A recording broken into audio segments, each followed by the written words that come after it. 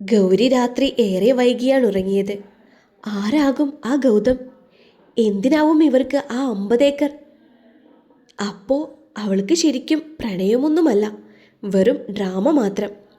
എന്തായാലും ആ കടുവയോട് ഞാനിപ്പോൾ ഇതിനെപ്പറ്റി പറയുന്നില്ല. അവളുടെ തനി സ്വഭാവം ദേവൻ സാർ തന്നെ കണ്ടുപിടിക്കട്ടെ. പിറ്റേന്ന് രാവിലെ ഗൗരി ഉറക്കത്തിൽ നിന്നും എഴുന്നേക്കുന്നത് അനന്യയുടെ ശബ്ദം കേട്ടിട്ടാണ്. ഓഹ്, രാവിലെ ആവാൻ കാത്തിരിക്കുവാണോ ഇവൾ? എന്നാ പിന്നെ ഇവിടെ തന്നെ കിടന്നാൽ പോരെ? ഗൗരി കണ്ണും തിരുമ്മിക്കൊണ്ട് പിറുപിറുത്തു. രാവിലെ എല്ലാ കാര്യങ്ങളും ചെയ്ത് ഗൗരി റൂമിന് വെളിയിൽ ഇറങ്ങി. ദേവന്റെ റൂം തുറന്നു കിടക്കുകയാണ്. ഗൗരി ഒന്ന് അകത്തേക്ക് നോക്കി. എന്നാൽ അവിടെ ദേവൻ ഉണ്ടായിരുന്നില്ല. എവിടെ പോയി? ശബ്ദം കേട്ടതാണല്ലോ. ഹലോ.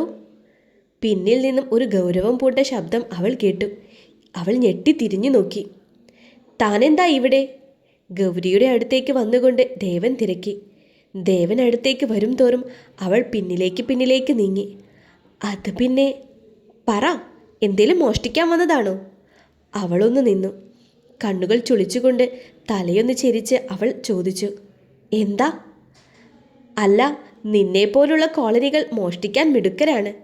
അവളുടെ കണ്ണുകൾ നിറഞ്ഞു. ഞാൻ വന്നിട്ട് ഒരുപാടായില്ലേ? എന്തെങ്കിലും നിങ്ങളുടെ ഞാൻ മോഷ്ടിച്ചിട്ടുണ്ടോ? ഇല്ല, ഇനിയുണ്ടാവില്ലെന്ന് ആര് കണ്ടു? അതുകൊണ്ട് ഈ റൂമിലേക്കുള്ള എത്തിനോട്ടം വേണ്ട. ഞാൻ നോക്കും.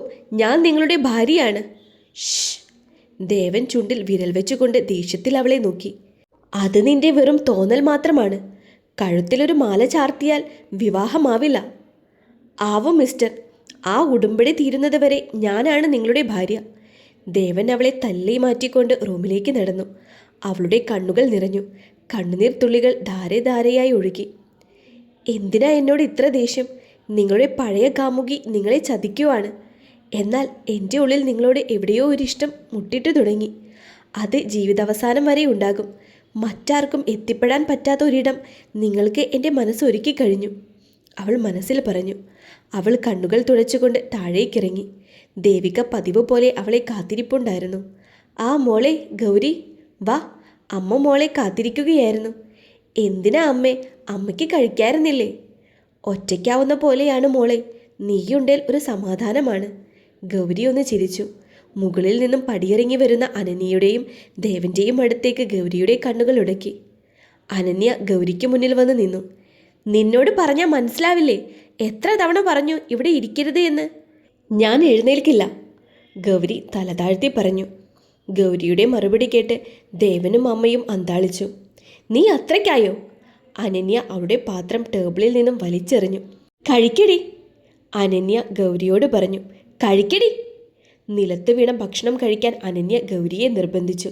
ഇല്ല, ഗൗരി തല താഴ്ത്തിക്കൊണ്ട് പറഞ്ഞു. നീ കഴിക്കില്ല അല്ലേ? നിന്നെ ഞാൻ ശരിയാക്കി തരാടി. അനന്യ ഗൗരിയുടെ മുടിക്കുത്തിന് പിടിച്ചുകൊണ്ട് നിലത്തേക്ക് വലിച്ചിരുത്തി. ആ, എൻ്റെ മുടി! കരഞ്ഞുകൊണ്ട് ഗൗരി പിടുത്തം വിടിയിക്കാൻ ശ്രമിച്ചെങ്കിലും പറ്റിയില്ല. അനന്യ പ്ലീസ്, എനിക്ക് വേദനിക്കുന്നുണ്ട്. നിലത്ത് വീണ ഭക്ഷണം അനന്യ വാരിയെടുത്തു. അത് ഗൗരിയുടെ വായിലേക്ക് തള്ളിക്കയറ്റി. ഓക്കാനിക്കാൻ വന്നെങ്കിലും അനന്യ അവളുടെ വാ പൊത്തിപ്പിടിച്ചു. ഇറക്കടി.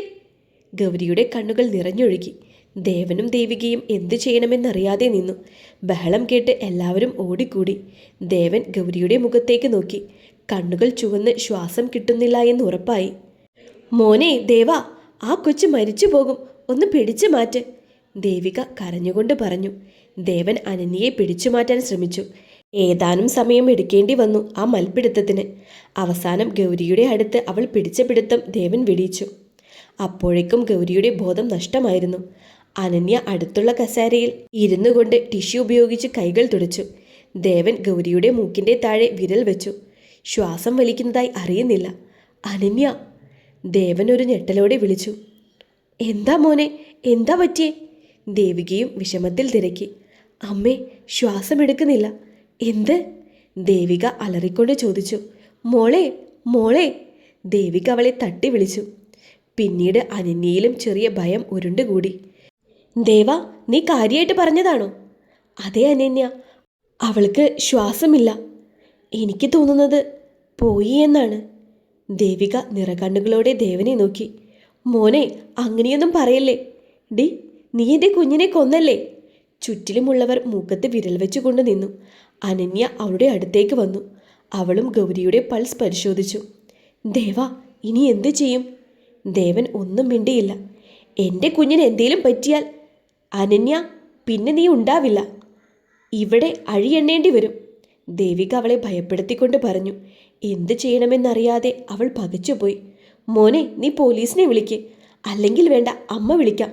ദേവിക അവരുടെ ഒരു മറുപടിക്കും നിൽക്കാതെ പോലീസിന് കംപ്ലൈൻറ്റ് ചെയ്തു. ഏതാനും നേരത്തിനുള്ളിൽ കോളിംഗ് ബെൽ മുഴങ്ങി. അനന്യയുടെ മനസ്സ് പിടച്ചുകൊണ്ടിരുന്നു. വല്ലാത്ത ഭയം ഉരുണ്ടുകൂടി. പോലീസാവോ? ദേവൻ ചെന്ന് ഡോർ തുറന്നു. എന്നാൽ അവരെ ഞെട്ടിച്ചുകൊണ്ട് വന്നത് മറ്റൊരാളായിരുന്നു. ഗൗരിയുടെ അമ്മ നന്ദിനി. അനന്യ ഒരു ദീർഘശ്വാസം വലിച്ചു വിട്ടു. ആരാ അത്? അനന്യ തിരക്കി. ഞാൻ ഗൗരിയുടെ അമ്മയാണ്. പെട്ടെന്നാണ് നിലത്ത് കിടക്കുന്ന ഗൗരിയെ അവർ കണ്ടത്. ഇതെന്താ? എൻ്റെ കുഞ്ഞിന് എന്ത് പറ്റി? അത് പിന്നെ ദേവിക തപ്പിത്തടഞ്ഞു. എന്താ ദേവിക ഇത്? എന്താ എൻ്റെ മോൾക്ക് പറ്റിയേ? നിങ്ങളെന്താ ഇങ്ങനെ നിൽക്കുന്നത്? എടുത്ത് ഹോസ്പിറ്റലിൽ കൊണ്ടുപോ. ദേവൻ കാറെടുക്കാൻ ഓർഡർ കൊടുത്തു. മുഖത്ത് എത്ര വെള്ളം തെളിച്ചിട്ടും അവൾ എഴുന്നേറ്റില്ല. ദേവിക, എൻ്റെ മകളെ പൊന്നുപോലെ നോക്കാമെന്ന് പറഞ്ഞിട്ടല്ലേ ഞാൻ ഇങ്ങോട്ട് അയച്ചത്. എന്നിട്ട് ഇതെന്താ ഞാൻ കാണുന്നത്? എന്താ എൻ്റെ കുഞ്ഞിന് പറ്റിയത്? ദേവിക അനന്യയെ തുറിച്ചു നോക്കി. അനന്യ ഒന്നും മിണ്ടാതെ മുഖം തിരിച്ചു. നന്ദിനി, നീ വിഷമിക്കല്ലേ, ഞാൻ എല്ലാം പറയാം. ഏതാനും നേരത്തിനുള്ളിൽ അവർ സിറ്റി ഹോസ്പിറ്റലിലെത്തി. കണ്ണീരും കയ്യുമായി ദേവികയും നന്ദിനിയും പുറത്തിരുന്നു.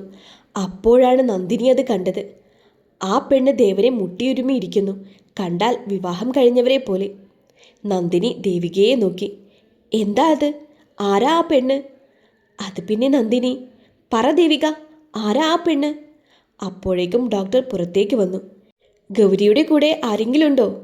ഉണ്ട് ഡോക്ടർ, ബോധം വന്നിട്ടുണ്ട്. പക്ഷേ ഞങ്ങൾക്ക് മനസ്സിലാവാത്തത് ശിരസിലും മൂക്കിനുള്ളിലുമൊക്കെ എങ്ങനെയാണ് ഇത്രയും അധികം ഭക്ഷണ പദാർത്ഥങ്ങൾ വന്നതെന്നാ. ശിരസിൽ ഭക്ഷണം കയറുന്നത് സ്വാഭാവികമാണ്. ഇത്രയും കൂടുതൽ അത് ഒരിക്കലും സ്വാഭാവികമല്ല. ഡോക്ടർ, ഞങ്ങൾക്ക് ഗൗരിയെ ഒന്ന് കാണണം. ഇപ്പോൾ പറ്റില്ല, ക്ലീനിങ്ങിലാണ്. നന്ദിനി ദേവികയെ തന്നെ നോക്കി. പറ, ആരാ ആ പെണ്ണ്? അവൾക്കും ദേവനുമായുള്ള ബന്ധം എന്താ? എൻ്റെ മകൾക്ക് ഇങ്ങനെയൊരവസ്ഥ എങ്ങനെ വന്നു? ഞാൻ പറയാം, എല്ലാം വിശദമായി തന്നെ പറയാം. നീയൊന്ന് കൂളാവ്. സ്വന്തം മകൾ വയ്യാതെ കിടക്കുമ്പോൾ എങ്ങനെയാ ദേവിക സമാധാനം കിട്ടുക? ദേവിക നന്ദിനിയോടെല്ലാം വിശദമാക്കി. അപ്പോൾ എൻ്റെ കുഞ്ഞ് നിങ്ങളുടെ വീട്ടിൽ ഒരു വേലക്കാരിയാണോ? എന്നിട്ടാണോ ദേവൻ എൻ്റെ മുന്നിൽ വെച്ച് ഇത്രയും അഭിനയിച്ചത്? നീയൊന്ന് സമാധാനപ്പെട്. എങ്ങനെ? സ്വന്തം ഭാര്യയെ മറന്ന് മറ്റൊരുവളെ സ്നേഹിക്കുന്ന ഒരു മരുമകൻ, മകൾ ഭർത്തൃവീട്ടിൽ വേലക്കാരി, അതും പോരാഞ്ഞ് വേറൊരുത്തി മരുമകൻ്റെ പഴയ കാമുകിയാണെന്നും പറഞ്ഞു വന്നിരിക്കുന്നു. 2 ദിവസം കഴിഞ്ഞ് ഗൗരിയെ ഹോസ്പിറ്റലിൽ നിന്നും ഡിസ്ചാർജ് ചെയ്തു. കാറിൽ കയറിയ ഗൗരി അമ്മയെ ദയനീയമായി നോക്കി. മോളെ, നമുക്ക് നമ്മുടെ വീട്ടിലേക്ക് പോയാലോ? എന്തിനമ്മേ? എനിക്കിപ്പോൾ ഒരു കുഴപ്പവും ഇല്ല. ഇല്ല, ഞാൻ വീട്ടിലേക്ക് വന്നാൽ അത് ദേവേട്ടനും വിഷമമാവും. അമ്മ അവളെ തുറച്ചു നോക്കി. എന്താ അമ്മ ഇങ്ങനെ നോക്കുന്നത്? ആർക്ക് വിഷമമാവുമെന്നാ നീ പറഞ്ഞത്? അവളൊരു സംശയത്തോടെ അമ്മയെ തന്നെ നോക്കി. ദേവേട്ടന് വിഷമമാവുമെന്ന്. നന്ദിനി അവളുടെ മുഖത്തേക്കടിക്കാൻ കൈ ഉയർത്തി. ദേവിക തക്ക സമയം അതിനെ തടഞ്ഞു. നീ എന്നോട് ഇനിയും നുണ പറയുന്നത് എന്തിനാ? ഗൗരി ഒന്നും മനസ്സിലാവാതെ കണ്ണുകൾ നിറഞ്ഞുകൊണ്ട് അമ്മയെയും ദേവികയെയും മാറി മാറി നോക്കി. എന്താ അമ്മ? എൻ്റെ അമ്മ പറയുന്നത് എന്താ? ദേവികയോട് ഗൗരി തിരക്കി. ഗൗരിയെ നെഞ്ചോട് ചേർത്ത് പിടിച്ചുകൊണ്ട് ദേവിക പറഞ്ഞു. ഞാനെല്ലാം അമ്മയോട് പറഞ്ഞു. ഒരു ഞെട്ടലോടെ അവൾ തലയുയർത്തി ദേവികയെ നോക്കി. നന്ദിനി കരയാൻ തുടങ്ങി. എൻ്റെ ജീവിതം നശിച്ചു, നിന്റെയും നശിക്കാൻ ഞാൻ സമ്മതിക്കില്ല.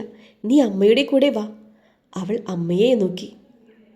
അമ്മയുടെ അവസ്ഥ എനിക്കറിയാം, പക്ഷേ ഞാൻ വരില്ല.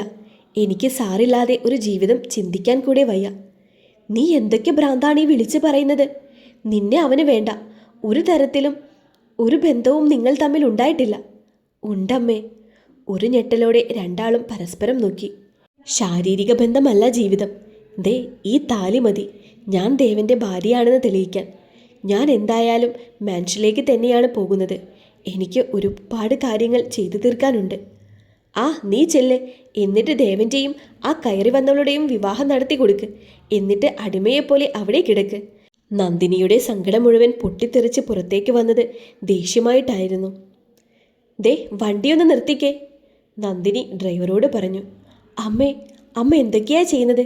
നീ നിന്റെ കാര്യം നോക്ക്, അമ്മയെ നോക്കാൻ വരണ്ട. നന്ദിനിക്ക് ദേഷ്യം വന്നു. തൻ്റെ അവസ്ഥ മകൾക്ക് വരരുത് എന്ന് ആഗ്രഹിച്ചുകൊണ്ടുള്ള ദേഷ്യം. നന്ദിനി വഴിയിലിറങ്ങി. കാർ നേരെ മാൻഷനിൽ കൊണ്ടുപോയി നിർത്തി. കരഞ്ഞുകൊണ്ടാണ് ഗൗരിയുടെ ഇറക്കം. ഉമ്മറത്ത് തന്നെ ഇണപ്രാവുകളെ പോലെ കയ്യും കോർത്ത് ദേവനും അനന്യയും നിൽപ്പുണ്ട്. ദേ ഇവളെ വീണ്ടും ഇങ്ങോട്ട് കൊണ്ടുവന്നോ? ദേവനോട് അവൾ തിരക്കി. ദേവ, ഹോസ്പിറ്റലുണ്ടായിരുന്നത് ഇവളുടെ അമ്മയല്ലേ? ആ സ്ത്രീക്ക് ഇവളെ വേണ്ടേ? പോയെന്ന് വിചാരിച്ച് സമാധാനിച്ചതാ, വീണ്ടും വന്നു. ദേവൻ ഒന്നും തന്നെ മിണ്ടിയില്ല. ദേവിക അവളെയും ചേർത്ത് പിടിച്ചുകൊണ്ട് വീട്ടിലേക്ക് കയറി. എന്താ അമ്മ ഇത്? ഇവളെയൊക്കെ എന്തിനാ വീണ്ടും ഇങ്ങോട്ട് കൊണ്ടുവന്നത്? ഇവളല്ല ഈ വീട്ടിൽ നിന്നും പോകേണ്ടത്, നീയാണ്. ഞാനോ? എൻ്റെ അമ്മായി അമ്മയാവാൻ പോകുന്ന സ്ത്രീയാണ് നിങ്ങൾ, എൻ്റെ ദേവൻ്റെ അമ്മ. അപ്പോൾ ഞാൻ കയർത്ത് സംസാരിക്കില്ല എങ്കിലും പറയാനുള്ളത് ഉള്ളതുപോലെ തന്നെ പറയും. കണ്ട അലവലാദികളെയൊക്കെ ഇങ്ങനെ കൂടെ കൊണ്ട് നടക്കാൻ പാടുണ്ടോ?